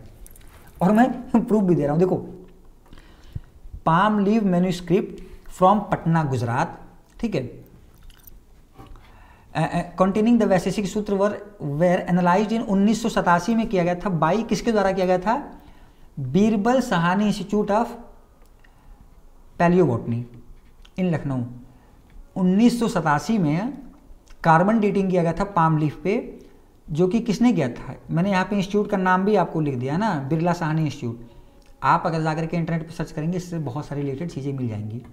यहाँ पे मैंने सोर्स भी डाल दिया हुआ है, नीचे आपको लिंक भी मिल जाएगा। अब देखिए यार, कार्बन डेटिंग होती है, प्रूफ किया जाता है कि हाँ ये बुक इतने साल पहले लिखी गई थी, और उसमें ग्रेविटी के बारे में इतनी डीप बातें भी लिखी हुई हैं, न्यूटन के लॉ से ऑलमोस्ट सारी बातें मैच भी हो रही हैं, फिर भी उसके बारे में कोई बात नहीं करता है ना। हम हिंदू मुस्लिम पे लगे हुए हैं यार, जो जानने वाली चीज़ है उस पर बात करो ना आप। खैर चलिए छोड़िए। और मैंने बात किया हुआ है, रिसर्च पेपर एक और आया था बाई ये हारियो यूआई करके कोई जैपनीज़ मतलब आइडियोलॉजिस्ट है, या फिर कोई बोल सकते संस्था है, जिसने भी इस पर रिसर्च किया था 1932 में। उसके बारे में मैंने यहाँ पे सोर्स वगैरह लिख दिया है कि ये कब किया गया था, क्या किया गया था, कैसे किया गया था। तो इसने भी ये प्रूफ किया था कि हाँ वैशेषिक सूत्र नामक जो किताब था, किताब तो नहीं बोलेंगे क्योंकि किताब का टर्म ही काफ़ी बाद आया है ना, किताब का कॉन्सेप्ट ही काफ़ी बाद आया है, बट जो वैशेषिक सूत्र जहाँ पे लिखा गया था, जिससे पेज पे, जिस पन्ने पे, जिस लीफ पे, पत्ते पे, उस पर जब रिसर्च किया गया तो हाँ ये कंफर्म हुआ कि हाँ वैशेषिक सूत्र नामक चीज़ लिखी गई थी। उसके बाद में एक और थे हिस्टोरियन जिसका नाम था जादूनाथ सरकार। इन्होंने जादूनाथ सरकार जी ने भी अपनी 1948 में इन्होंने एक बुक पब्लिक किया था जिसका नाम था हिस्ट्री ऑफ बंगाल वॉल्यूम 2। इस बुक में भी इन्होंने अपनी कुछ कमेंट्री दी थी या फिर अपने कुछ राय रखे थे, जिसमें इन्होंने भी बताया था कि हाँ वैशेषिक सूत्र नामक बुक सही है, रियल है, ऑथेंटिक है। ठीक है, तो ये मैंने आपको 3 मेजर साइंटिफिक एविडेंसेस बताए हैं। इनको कोई भी दुनिया बैठा कोई भी साइंटिस्ट, कोई भी रिसर्चर चेक कर सकता है यार, और आपको मिल जाएगा। हाँ, एक सबसे बड़ा प्रॉब्लम क्या है, मैं इनको आपके सामने अभी दिखा नहीं सकता। जैसे आपके दिमाग में ये भी सवाल आ रहा होगा कि भाई अगर आप इतनी सारी चीज़ों को दिखा रहे हो तो आप एक बार ये आर्टिकल्स को भी दिखा दो, ये रिसर्च पेपर को भी दिखा दो। उसके लिए सॉरी, मैं आपको नहीं दिखा सकता, क्योंकि ये जो रिसर्च पेपर है ना, ये क्या बोल सकते हैं इसको, पेड है, पब्लिक डोमेन में अवेलेबल है, बट ये पेड है। तो अगर मैं पेड चीज़ों को पब्लिक कर दूंगा तो फिर उसका कोई वैल्यू नहीं रह जाएगा ना, तो बात को समझो। बट हाँ, जिसको ये चाहिए वो रिसर्च पेपर इजीली निकाल लेंगे। कोई भी गवर्नमेंट बॉडीज या फिर कोई भी गवर्नमेंट अथॉरिटी के इंसान अगर ये देख रहे हैं, अगर आप किसी गवर्नमेंट अथॉरिटी से बिलोंग कर रहे हैं, तो आप ये रिसर्च पेपर इजीली निकाल सकते हो, क्योंकि मैंने आपको सोर्स दे दिया है। बस आपको उन सोर्सेज से बात करना है और आपको वो सारे रिसर्च पेपर, कार्बन डेटिंग के सारे एविडेंसेस वो आपको दे देंगे। लेकिन सॉरी, वो पेड है, इस वजह से मैं उसको पब्लिकली नहीं दिखा सकता, वरना मेरे पे भी कल को कोई बात हो सकती है, क्योंकि जो चीज़ें प्रिजर्व हैं, पेड हैं, उनको पब्लिक डोमेन में दिखाना इलीगल माना जाता है। आप बात समझ सकते हो, ठीक है। बाकी सोर्सेस हैं, आप निकलवा सकते हो, कोई दिक्कत वाली बात नहीं है। अब देखिए, सबसे बड़ा जो सवाल हमारे सामने आता है, ये सब तो चलो ठीक है, हम मान भी लेते हैं कि ऋषि कणक जी ने न्यूटन के पैदा होने से लगभग 2200 साल पहले एक बुक लिखी थी, है ना, और लगभग 600 BC के आसपास वैशेषिक सूत्र लिखा गया था। वैशेषिक सूत्र में वो सारे सवाल भी, वो सारे थ्योरीज भी लिखी गई थी जो न्यूटन ने बाद में बोला। लेकिन फिर भी तो सवाल हमारे सामने वही है ना कि अब हम कैसे कैसे हम मतलब जो फादर ऑफ ग्रेविटी का टाइटल न्यूटन के पास है वो हम न्यूटन से हटा करके ऋषि कणक को क्यों दें? क्योंकि कणक जी ने सिर्फ थ्योरी दी थी, कोई एविडेंस नहीं दिया था, कोई प्रूफ नहीं दिया था। ये बहुत बड़ा सवाल है। और मैंने जितने लोगों को ये चीज़ बताया ना, वो सब लोग बस यही सवाल पूछते हैं। चलो ठीक है, हम सब मानने को तैयार हैं, लेकिन फिर वो प्रूफ कहाँ है, वो एविडेंस कहाँ है, वो साइंटिफिक फार्मूला कहाँ है? क्योंकि कणक जी ने साइंटिफिक फार्मूला नहीं दिया था, सिर्फ थ्योरी दी थी। तो क्या थ्योरी के बेसिस पे किसी को हम फादर ऑफ सब्जेक्ट बोलना सही है? ये बहुत बड़ा सवाल है। चलो अब इस पे बातें करते हैं। देखिए, फिलोसफिकल आर्गूमेंट, ये मेरा कुछ फिलोसफिकल आर्गूमेंट है। देखिए, समझना होगा हमें, ऋषि कणक जो थे वो एक सीड है, वो एक बीज की तरह हैं, लेकिन न्यूटन जो थे वो एक रूट की तरह हैं, जड़ की तरह हैं। और हमारी सबसे बड़ी प्रॉब्लम क्या है ना, हम जड़ को वैल्यू देते हैं, हम रूट यानी हम वो बीज को भूल जाते हैं, हम सीड को भूल जाते हैं। क्योंकि आप ये सोचिए, अगर किसी ने थ्योरी दिया तभी फिर उसको प्रैक्टिकल करने की कोशिश की गई, है ना। किसी ने थ्योरी दिया तो फिर वो हमारे ब्रेन में आकर के स्टिक किया, फिर बाद में किसी ने चल करके उसको प्रैक्टिकल करने की कोशिश की, तो वो थ्योरी से ही प्रैक्टिकल आया, फिर वो प्रैक्टिकल को साइंटिफिक फॉर्मूला में लाया गया। तो मेन तो वो सीड हुआ, मेन तो वो बीज हुआ, पहली चीज़। दूसरी बात हमें ये समझना चाहिए कि देखो, हर जगह ना टाइम का एक वैल्यू होता है, टाइम का इंपॉर्टेंस होता है। ऋषि कणक जी न्यूटन के पैदा होने से लगभग 2200 साल पहले आए थे। अब 2200 साल पहले ना कोई टेक्नोलॉजी थी, ना कोई साइंस था, ना कोई मैथ था, इनफैक्ट जीरो की भी इन्वेंशन उस टाइम नहीं हुई थी। तो उस टाइम ये अपने आप में एक बहुत बड़ी बात है कि कोई इतनी डेप्थ में लिख रहा है। उसको कैसे पता कि यार फोर्स ऐसे काम करता है, ग्रेविटी ऐसी चीज़ें होती हैं, बहुत बड़ी बात है। जबकि उस टाइम जीरो का भी इन्वेंशन नहीं हुआ था। ये भी हमें समझना बहुत ज़रूरी है, क्योंकि अगर आप इस चीज़ को नहीं समझोगे ना तो इससे क्या इम्पेक्ट होगा मैं बताऊं, ध्यान से समझना। देखिए क्या होता है ना, मान लेते हैं कि आज से अगर, चलिए ठीक है, अगर हम टाइम को हर जगह पे इन्वॉल्व नहीं करते हैं तो हम ये मानते हैं कि न्यूटन जी ने अभी जैसे जो फॉर्मूला दिया उनको चलिए हम फादर ऑफ ग्रेविटी का टाइटल देते हैं। आज से 1000-2000 साल बाद ना कुछ ऐसा हो जाए कि मान लेते हैं दुनिया में ग्रेविटी का फॉर्मूला अभी जो अप्लाई हो रहा है वो काम ही ना करे, चाहे ग्लोबल वार्मिंग की वजह से हो, क्लाइमेट चेंज की वजह से हो, कोई भी बहुत बड़ा ऐसा आपदा आए कि जो ग्रेविटी का अभी जो फॉर्मूला है वो शायद काम ही ना करे, बहुत सारी चीज़ें बदल जाएं, है ना, मास में चेंज आ जाए लोगों के। अब आप लोग बोलेंगे ये तो यूनिवर्सल है, ऐसा नहीं है, क्योंकि न्यूटन के फॉर्मूलाज भी कई सारी जगहों पे फेल होते हैं। तो आज के मान लो 1000 साल बाद अगर न्यूटन के फॉर्मूलाज फेल होने लगे हर जगह पे, तो फिर हमें एक नया फार्मूला इंप्लीमेंट करना होगा, है ना। तब हम क्या करेंगे, फिर हम किसी को दूसरे को फादर का टाइटल देंगे क्या? नहीं। क्यों? क्योंकि बेस तो न्यूटन ने रखा, तब उस टाइम हम बोलेंगे भैया बेस तो न्यूटन ने रखा, तो न्यूटन से पहले भी तो ऋषि कणक जी ने बेस रखा ना। तो मैं, अगर आप इसको फिलोसफिकल आर्गूमेंट को मेरे पढ़ेंगे तो आपको बहुत अच्छे समझ में आ जाएगा कि जो सीड होता है, बीज होता है, उसका वैल्यू होता है, उसका इंपॉर्टेंस होता है। क्योंकि यार 2600 साल पहले कोई टेक्नोलॉजी नहीं थी, लेकिन फिर भी किसी ने ये कॉन्सेप्ट दिया। जैसे यहाँ पे मैंने 5-6 एग्जाम्पल्स भी दिया हैं। जैसे एक एग्जाम्पल देख सकते हैं आप, यहाँ पे मैंने एक मिल्क मैन का एग्जाम्पल लिया हुआ है, मैंने एक टेलर का एग्जाम्पल लिया है, मैंने एक, है ना, मैंने एक किसी मान लो कारपेंटर का एग्जाम्पल लिया हुआ है।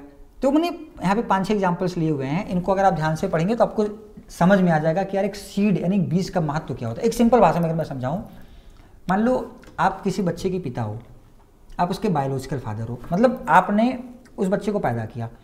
अब आप उसको प्रिजर्व नहीं करते हो, उसको प्रोटेक्ट नहीं करते हो, उसकी देखभाल नहीं करते हो, या उसको पालन पोषण कोई दूसरा करता है, तो ठीक है, वो बच्चा उनको उस इंसान को पिता बोलेगा। लेकिन क्या पिता का जो टाइटल है वो आपके पास नहीं होगा क्या? मतलब उसके डॉक्यूमेंट में क्या पिता का टाइटल आपको नहीं दिया जाएगा? पैदा आपने किया है तो टाइटल भी आपको ही मिलेगा। हाँ, बाद में उसको चल करके उसको प्रोटेक्ट करे, प्रिजर्व कोई दूसरा करे, वो एक अलग बात है। जैसे हम बोलते हैं ना, हमारा एक होता है जन्मास्थल, एक होता है कर्मास्थल। बिल्कुल, कर्मास्थल का वैल्यू बहुत बड़ा होता है, लेकिन जन्मास्थल भी अपने आप में बहुत वैल्यू रखता है। बात को समझिए।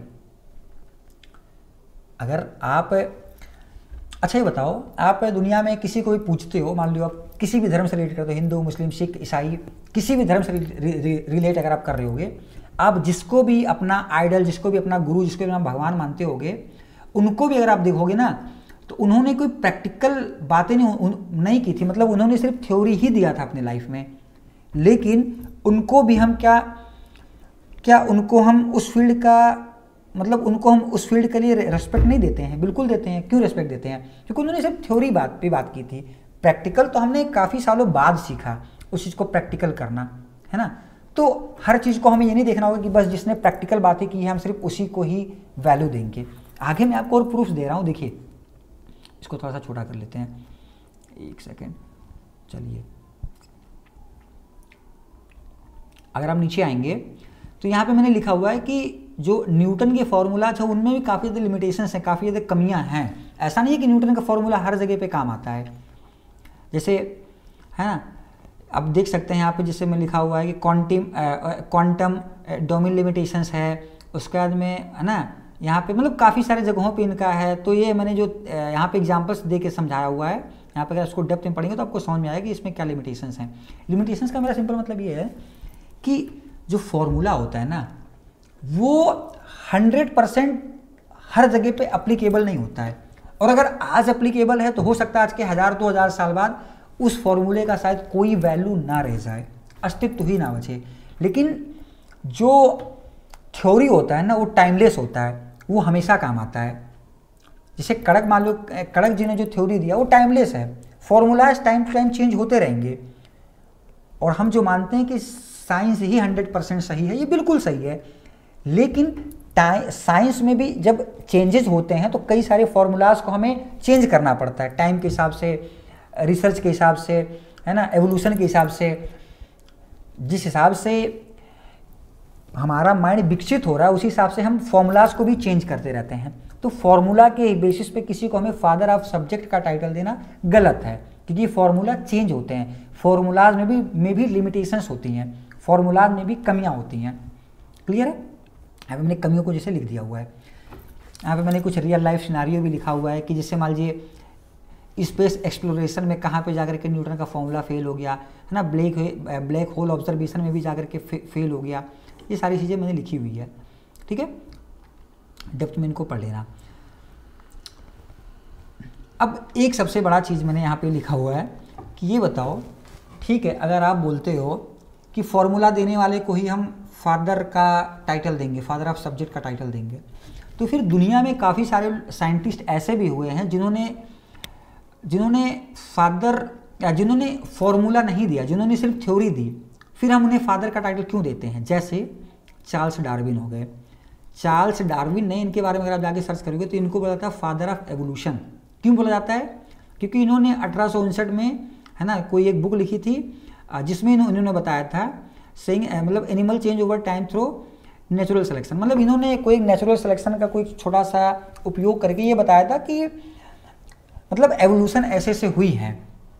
1859 में इन्होंने बताया था, लेकिन इसको प्रूफ इन्होंने नहीं किया था। Did he prove it? नहीं, ही हैड एक्सप्लेन्ड। इन्होंने सिर्फ कुछ चिड़ियों को लेकर के या फिर हड्डियों को लेकर के इन्होंने सिर्फ एक्सप्लेन दिया था, बट कोई इन्होंने हार्ड प्रूफ नहीं दिया था।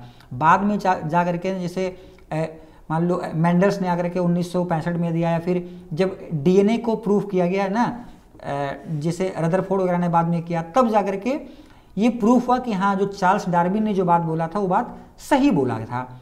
बट हुआ क्या, इनको father of gravity, father of evolution का टाइटल दे दिया गया। क्यों दिया गया भैया? जबकि यार चार्ल्स डार्विन ने तो कोई प्रूफ नहीं दिया था, लेकिन आप उनको फादर ऑफ एवोल्यूशन का टाइटल देते हो, जबकि इन्होंने ही started the whole idea of evolution. लेकिन उन्होंने सिर्फ एवोल्यूशन के आइडिया को दिया था, है ना। नेकुलस जैसे थे, फादर ऑफ मॉडर्न एस्ट्रोनॉमी बोला जाता है, लेकिन नेकुलस ने भी क्या बोला था? 1543 में उन्होंने क्या बोला था? Claiming the sun no earth is the centre of everything. उन्होंने बोला था कि भैया सूरज बीच में है, सूरज यहाँ है, इसके बाकी चारों तरफ सारी चीज़ें घूमती हैं, सूरज सेंटर में है। कब बोला था? 1543 में। और हम इनको बोलते हैं फादर ऑफ मॉडर्न एस्ट्रोनॉमी, जबकि इन्होंने कोई प्रूफ नहीं किया था, है ना। इससे रिलेटेड अगर आप सर्च करेंगे तो आपको मिल जाएगा। बाद में इसको प्रूफ किसने किया था? गैलीलियो ने प्रूफ किया। गैलीलियो ने प्रूफ किया था जब उन्होंने टेलीस्कोप बनाया। मतलब जो इंसान प्रूफ भी नहीं कर रहा है, सिर्फ एक किताब में कहीं लिख दे रहा है, उसको आप फादर का टाइटल दे रहे हो, फादर ऑफ मॉडर्न एस्ट्रोनॉमी बोल रहे हो हैं। और हमारे ऋषि अगर कोई अपनी किताब में लिख रहे हैं तो उनको आप फादर का टाइटल नहीं दे रहे हो, जबकि साइंटिफिक एविडेंसेस हैं, कार्बन डेटिंग भी है कि हाँ वो उस बुक में लिखी गई है वो बात, फिर भी आप वो मानने को तैयार नहीं हो। क्यों भाई? ये तो फिर यार मतलब क्या बोलेंगे, बायसनेस बोलेंगे, क्या बोलेंगे हैं। वन वे आप देख रहे हो, एक आंख से देख रहे हो, ये ना बोलते हैं। जॉन डेल्टन का नाम आपने सुना होगा, फादर ऑफ एटॉमिक थ्योरी, है ना। इन्होंने 1803 में क्या बोला था, इन्होंने बोला था, इन्होंने एटम की थ्योरी दी थी, ठीक है, थ्योरी दी थी, ध्यान देना।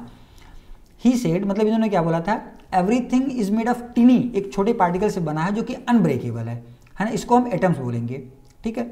लेकिन इन्होंने कोई प्रूफ दिया था? नॉट रियली, इन्होंने कोई प्रूफ नहीं दिया था। और ये मैं लिख नहीं रहा हूँ, इनको आप गूगल पे चेक कर सकते हो, इंटरनेट पे आप चेक करोगे, आर्टिकल्स इनसे रिलेटेड आपको मिल जाएंगे। इनमें कोई थ्योरीज की ही बात की गई थी, कोई प्रूफ की बात नहीं की गई थी। प्रूफ जाकर के कब हुआ? जब 1889 में, यानी जॉन डेल्टन के लगभग 90 साल बाद, है ना, 95 साल बाद, जब थॉमस ने प्रूफ किया या फिर रदरफोर्ड ने प्रूफ किया, तब जाकर के प्रूफ हुआ कि हाँ एटम से ही सारी चीज़ें बनी हैं। लेकिन फिर भी इनको क्या हम बोलते हैं? फादर ऑफ एटॉमिक थ्योरी, ठीक है भैया। अगर आप इनको फादर ऑफ एटॉमिक थ्योरी बोलते हो तो फिर ऋषि कड़क जी को बोलो ना फादर ऑफ ग्रेविटेशनल थ्योरी, तब भी माने। Father of gravity theory, gravitational theory, father of universal gravitational theory, ऐसे कुछ तो टाइटल दो, बट नहीं देना है आपको। बात को समझिए। और देखिए, जॉर्ज मंडल जी ने जैसे बोला, उनको बोलता फादर ऑफ जेनेटिक्स। क्यों भैया? उन्होंने कोई प्रूफ थोड़ी दिया था, उन्होंने बस मटर के दाने पे कुछ एक छोटा सा एक्सपेरिमेंट किया था, कि कोई प्रूफ नहीं था। बाद में जाकर के 1900 में प्रूफ हुआ, है ना। 1865 में उन्होंने बोल दिया, लेकिन 1900 में जाकर के, इसके लगभग 35 साल 40 साल बाद जाकर के कोई प्रूफ कर रहा है, जब डीएनए वगैरह का प्रूफ हुआ, उनको बोला गया फादर ऑफ जेनेटिक्स, ठीक है। ऐसे काफ़ी सारे नाम है ना, जैसे आपने इनका नाम सुना होगा, अच्छा आर्किमिडीज का नाम सुना होगा आपने, अरिस्टो का नाम सुना होगा। ये सब लोग कब थे? अभी देखो, अरिस्टो का नाम आपने सुना होगा, बीसी वाले हैं, सोच के रखो, जीसस क्राइस्ट के पैदा होने से लगभग 300 साल पहले इन्होंने बोला था, है ना। लेकिन इनको हम फादर ऑफ बायोलॉजी मानते हैं। भैया क्यों मानते हो? अब सोच के देखो, ये ऑलमोस्ट कड़क के टाइम के ही आसपास के हैं, क्योंकि कड़क का भी डेट हमारे पास एग्जैक्ट नहीं है, लेकिन ये है कि 2nd BC से 6th BC के बीच में हुआ था, 6th BC 2nd BC के बीच में हुआ था। उसी डेट में ये भी अरस्तु भी पैदा हुए थे, उसी डेट में इन्होंने भी बोला था, है ना। लेकिन इनको हम फादर ऑफ बायोलॉजी मानते हैं। उस टाइम पे क्या कोई लिखने की प्रचलन थी? नहीं थी। क्या किसी ने प्रूफ किया? नहीं था कोई, इन्होंने भी कुछ प्रूफ नहीं किया था, सिर्फ थ्योरी दी थी। लेकिन फिर इनको हम बोलते हैं फादर ऑफ बायोलॉजी। क्यों? क्योंकि इन्होंने पहला स्टेप रखा था बायोलॉजी का, इस वजह से माना जाता है इनको। मतलब कुछ भी बस ऐसे ही। आर्किमिडीज प्रिंसिपल आपने सुने ही होंगे, इन्होंने 3rd सेंचुरी में दिया था, 3rd BC में दिया था, उसको भी हम बोलते हैं, कुछ भी मान लेते हैं ऐसा ना, फादर ऑफ हाइड्रोस्टैटिक्स। क्यों भैया? इन्होंने कोई प्रूफ दिया? नहीं दिया। तो यार, और ऐसे ना जाने कितने सारे साइंटिस्ट के लिस्ट आपको मिल जाएंगे जिन्होंने सिर्फ थ्योरी दी, कोई प्रैक्टिकल एविडेंस नहीं दिया, लेकिन फिर भी उनको दुनिया फादर का टाइटल देकर बैठा है। और जब हमारी बात आती है, इंडियंस की बात आती है, तो नहीं, उसको दबा दिया जाता है, उसको छिपा दिया जाता है। और सबसे बड़ी गलती किसकी? हमारी और आपकी, क्योंकि हम मूर्ख हैं, आप मूर्ख हैं। हम दूसरे वीडियोस को देखते हैं, उसको एंजॉय करते हैं, लेकिन ऐसे वीडियोस को, ऐसे आर्टिकल्स को हम दबा देते हैं। कोई मतलब ही नहीं है हमें दिखता है 50 मिनट का वीडियो हो गया भाई, इतना लंबा कौन जाए देखने। सही बात है, दबके रहो, क्या करना है मुझे, है ना। सो वाई नॉट कड़क? कड़क क्यों नहीं? अगर इतने सारे लोग जब हैं तो फिर कड़क को फिर भाई क्यों इतना दबाया जा रहा है? और ठीक है, ठीक है, मैंने यहाँ पे कुछ हाइपोथेटिकल सिनारियोज भी लिए हुए हैं। अब ये सिनारियो जैसे आप देख लेना, मतलब मैं इसको क्या समझाऊँ। जैसे मैंने यहाँ पे एक इमेजिनेशन किया हुआ है कि मान लेते हैं 30-25 AD में, नहीं आज से मान लेते हैं 1000 साल बाद, है ना, जो भी है, कितना जो भी है, 100-200 साल बाद, या कोई भी एक डेट पे AI इतना एडवांस हो जाए, जैसे अभी हमारे सामने आर्टिफिशियल इंटेलिजेंस है ना, AI मान लीजिए आज के 100 साल बाद AI अगर इतना एडवांस हो जाए और लोगों को ग्रेविटी कैलकुलेट करने की ज़रूरत ही ना पड़े, स्पीड, एक्सेलरेशन, ये सारी चीज़ों को कैलकुलेट करने की ज़रूरत ही ना पड़े, बस उस AI सॉफ्टवेयर में डाला जाए, वो सारा चीज़ ऑटोमेटिक कैलकुलेट ही करके दे, या फिर उस सॉफ्टवेयर में ऐसा कुछ हो कि सिर्फ मान लो न्यूटन के फॉर्मूला का सिर्फ 10% ही यूज़ हो, बाकी 90% एडवांस वाली कोई भी फॉर्मूलाज को यूज़ किया जाए, तो क्या होगा? क्या उस टाइम पे हम तब भी न्यूटन को रेस्पेक्ट देंगे? फिर इस लॉजिक से तो नहीं देना चाहिए, क्योंकि अभी तक जो अरस्तु को वो किया गया है, लेकिन फिर एक लॉजिक से देना चाहिए क्योंकि उन्होंने बेस रखा, लेकिन उससे पहले भी जिसने बेस रखा। तो ये मैंने थोड़ा सा हाइपोथेटिकल सिनारियो लगा दिया है ताकि और आप रिलेट कर पाओ इन सारी चीज़ों से, है ना। एक मान लो एक दूसरा मैंने सिनारियो रखा कि मान लो 3500 AD में अगर ग्लोबल वार्मिंग के चक्कर में कोई बहुत बड़ा आपदा आ जाए, कुछ भी ऐसा हो जाए जहाँ पे ग्रेविटी की सारी फॉर्मूलाज ही बदल जाए, और ये पॉसिबल हैं, बहुत जगहों पे पॉसिबल है, क्योंकि जब न्यूटन ने भी फॉर्मूला दिया था तो 100% प्रूवन था। टाइम के हिसाब से वो फिर डिक्लाइन होते गया, उस फॉर्मूला का अस्तित्व खत्म होते रहा। तो जैसे जैसे दुनिया बदलेगी वैसे वैसे फॉर्मूलाज को भी चेंज करना पड़ेगा, जैसे जैसे रिसर्च होंगे वैसे वैसे फॉर्मूलाज को भी हमें बदलना पड़ेगा। क्लियर है? देखिए मेरा डिमांड ना सिंपल है, मुझे फादर ऑफ ग्रेविटी का टाइटल चाहिए।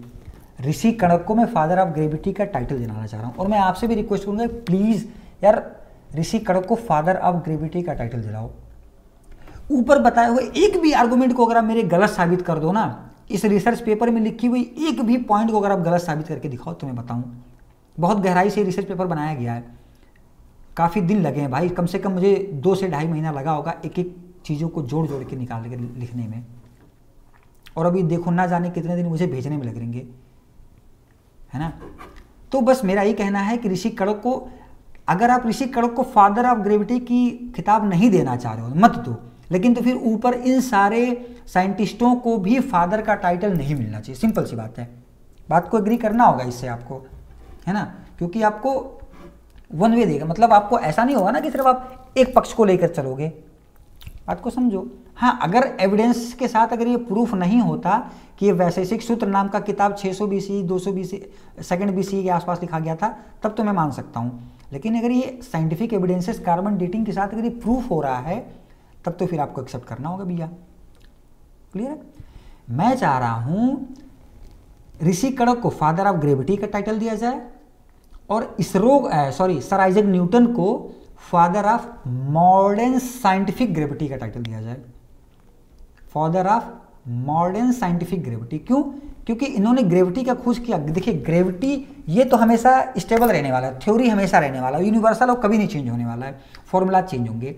तो मान लीजिए अगर हम इनको मॉडर्न साइंटिफिक ग्रेविटी बोलेंगे, कल को अगर कोई और एवोल्यूशन आता है तो फिर उसको हम फादर के टाइटल के साथ उसको हम फिर एक कोई और नया टाइटल लगा के देंगे, क्योंकि भाई हमें टाइम टू टाइम हर किसी को क्रेडिट देना ज़रूरी है।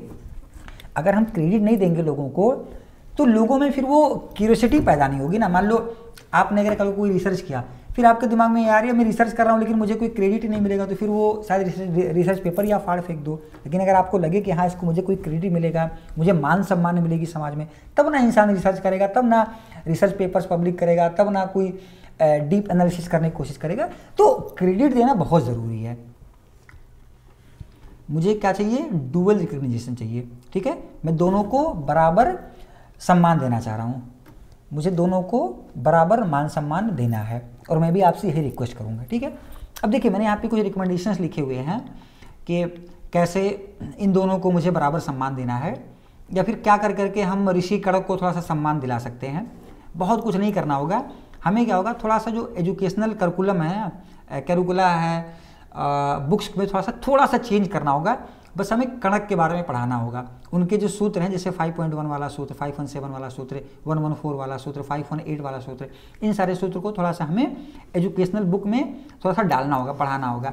और ये सिर्फ इंडिया की बात नहीं है, अगर सिर्फ इंडियन एजुकेशन सिस्टम में अगर ये चेंज हो जाएगा तो इससे कोई फर्क नहीं पड़ेगा, हमें पूरी दुनिया के एजुकेशन के सिस्टम में बदलाव लाना होगा। बात को समझिए।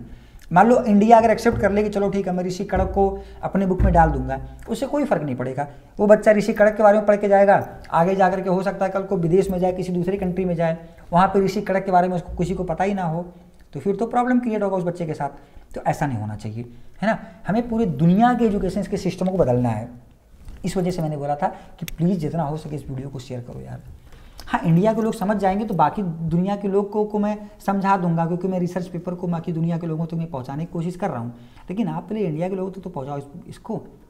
ठीक है, तो हमें थोड़ा एजुकेशन सिस्टम में थोड़ा सा बदलाव लाना होगा। यहाँ पे मैंने प्रोसेस लिख दिया छोटा सा, आप इसको देख के समझ सकते हो।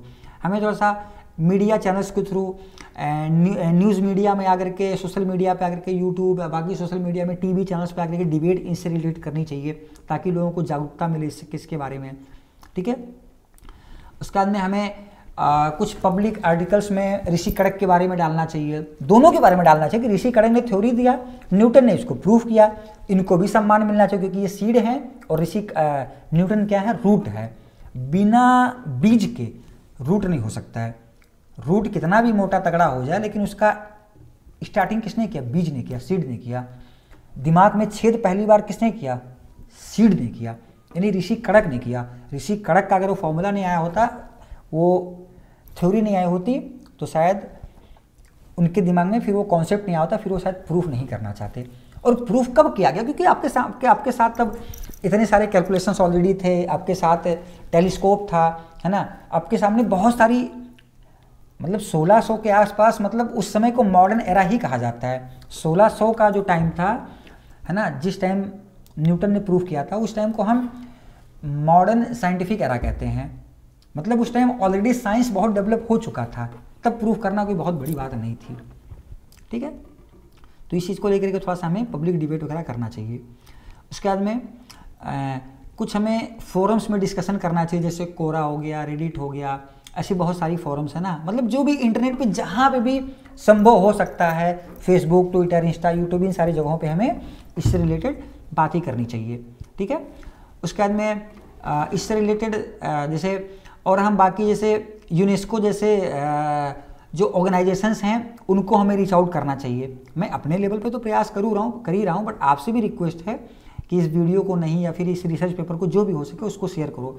यूनेस्को जैसे और भी जितने सारे ऑर्गेनाइजेशंस हैं दुनिया की, चाहे गवर्नमेंट बॉडीज़ हो गया, साइंटिफिक हो गया, कोई इसरो, नासा, है ना, बड़े बड़े यूनिवर्सिटीज़ हो गया, जैसे university of California, Manchester university, मतलब जितने भी आपको ऐसा लग रहा है, IIT, IIM जैसे, उन जगहों पे हमें इसको सर्कुलेट करना चाहिए, ताकि लोगों को सच्चाई, लोगों को रियलिटी पता चल सके, ठीक है। और बाकी यहाँ पे मैंने नीचे कुछ रेफरेंसेस भी दे दिए हैं, और जो साइंटिफिक एविडेंसेस वाले थे उनका तो जैसा मैंने बोला कि इनका रेफरेंस मैंने यहाँ पे लिख दिया है। इनके बारे में अगर आप जा करके गूगल पे करेंगे तो इनका मिल जाएगा, हाँ, लेकिन वो थोड़ा पेड हैं, तो उनको गवर्नमेंट बड़ी चाहेंगे तो वो ईजिली निकाल लेंगी वहाँ से, क्लियर है। आपको और डिटेल में अगर ये आर्गूमेंट्स को समझना है तो प्लीज़ आप इस रिसर्च पेपर को आप पढ़ लीजिएगा, आपको और डिटेल में समझ में आ जाएगा। बट ओवरऑल मेरा कहने का मतलब ये है कि देखो यार, हमें ना बस वही बातें हैं कि हमें वन वे नहीं काम करना चाहिए, हमें सबको साथ लेकर चलना चाहिए, कोई भी हो, चाहे ऋषि कड़क हो, चाहे आपके, है ना, सर आइजैक न्यूटन हो, दोनों ने अपने अपने फील्ड में अच्छा काम किया है, ठीक है, वेल एंड गुड है। लेकिन न्यूटन ने जब काम किया, उनके पास काफ़ी सारे रिसर्च पेपर, काफ़ी सारे एडवांस टेक्नोलॉजीज़ थे उस टाइम पे, तो वो अपने हिसाब से वो भी ठीक थे। और ऋषि कड़क ने जब किया उस टाइम पे तो खैर कुछ भी नहीं था। तो हमें न्यूट्रल माइंडसेट से देखना होगा चीज़ों को ना, ऐसा नहीं कि मैं ऋषि कड़क को प्रमोट कर रहा हूँ या फिर मैं न्यूटन को नीचा दिखा रहा हूँ, बिल्कुल भी नहीं भाई, क्योंकि अपने आप में प्रूफ करना बहुत बड़ी बात है। इसलिए मैंने उनको बोला कि ऋषि कड़क को फादर ऑफ ग्रेविटी का टाइटल मिलना चाहिए, और ऋषि कड़क को फादर ऑफ ग्रेविटी का टाइटल मिलना चाहिए, और न्यूटन को father of modern science gravity का टाइटल मिलना चाहिए। और बाकी ठीक है, इसके बारे में अगर आपको समझ में आया, मेरे लॉजिक्स पसंद आए तो ठीक है, इसको थोड़ा शेयर वेयर कर देना जैसा कि है, क्योंकि यार वीडियो को वीडियो मत बना के रखो प्लीज़। मतलब मैं क्या बोलूँ अभी आपसे, देखिए जब कोई इंडियन का नाम सामने आएगा ना, तो इससे हमें इंटरनली एक क्या होता है, थोड़ा सा हैप्पीनेस मिलता है। इससे क्या होता है, हमें लगता है कि यार अगर हमारे पूर्वज ऐसा कर सकते हैं तो वही DNA हमारे अंदर भी चल रहा है, तो हम भी ऐसा कुछ कर सकते हैं, हमारे अंदर भी वो कैपेबिलिटीज़ हैं करने की। बात को समझिए, इस वजह से मैं इतना परेशान हो रहा हूँ, है ना। जैसे आपको लगता है कि अगर आपके पिताजी ने कुछ अच्छा काम किया था तो आपके कंधों पर एक बोझ आ जाता है कि मैं भी इस लेगेसी को मैं भी कंटिन्यू रखूँ। होता है ना कि अगर लोगों को लगता है कि जब मेरे पिताजी ने कोई अच्छा काम किया था तो मुझे भी अब अच्छा काम करना ही होगा। इस वजह से जब हमें लगेगा कि हाँ, हमारे साइंटिस्टों को, जो हमारे पूर्वज रहे हैं, उनको अगर दुनिया में सम्मान मिल रही है तो हमारे कंधों पे भी जिम्मेदारी आएगी कि भाई हमें भी कुछ ऐसा करना है कि ताकि हम उनके नाम को ना डुबाएं। तो ये सारी चीज़ों को हमें सोचना होगा, सबकॉन्शियसली हमें स्ट्रांग बनाएगा, इस फील्ड में हमें और गहराई से सोचने में मजबूर करेगा। बात को समझिए, ये सिर्फ एक ऐसा नहीं कि बस मैं किसी को सम्मान दिलाने के लिए बोल रहा हूँ या फिर ऋषि कड़क मेरे कुछ लगते थे, ऐसा तो नहीं है, बात को समझो। लेकिन इससे हर इंडियन को फायदा होने वाला है ना। हर इंडियन लड़का साइंटिफिक नज़र से दुनिया को देखने लगेगा, हर इंडियन लड़का लॉजिकली सोचने की कोशिश करेगा, क्योंकि उसके दिमाग में ये आएगा कि भाई हमारे पूर्वज ऐसे थे तो हमें भी ऐसा कुछ करना होगा, वरना हमारे पूर्वजों का नाम मिट्टी में मिल जाएगा। तो इन सारी चीज़ों को आपको समझना होगा, सीखना होगा। और आई हो तो चलो ठीक है यार, मतलब बहुत लंबा वीडियो हो गया, चलो ठीक है। बाकी जैसा जो आप कमेंट सेक्शन में बता देना कैसा क्या इशू है, क्या है, कहाँ पे मैंने गलत बोला, कहाँ पे मैंने सही बोला। चलो ठीक है, फिर मिलते हैं कभी किसी नेक्स्ट वीडियो में। तब तक के लिए जय हिंद, वंदे।